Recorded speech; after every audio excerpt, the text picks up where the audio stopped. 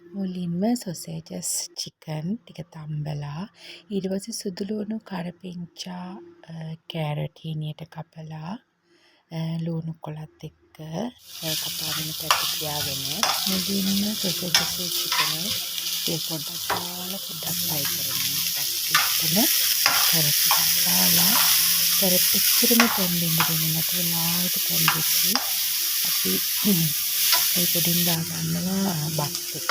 වෙන්න බත් පුයාගෙන අපි නිවෙන්න ඉස්සර තමයි රයිස් එක දාන්නේ.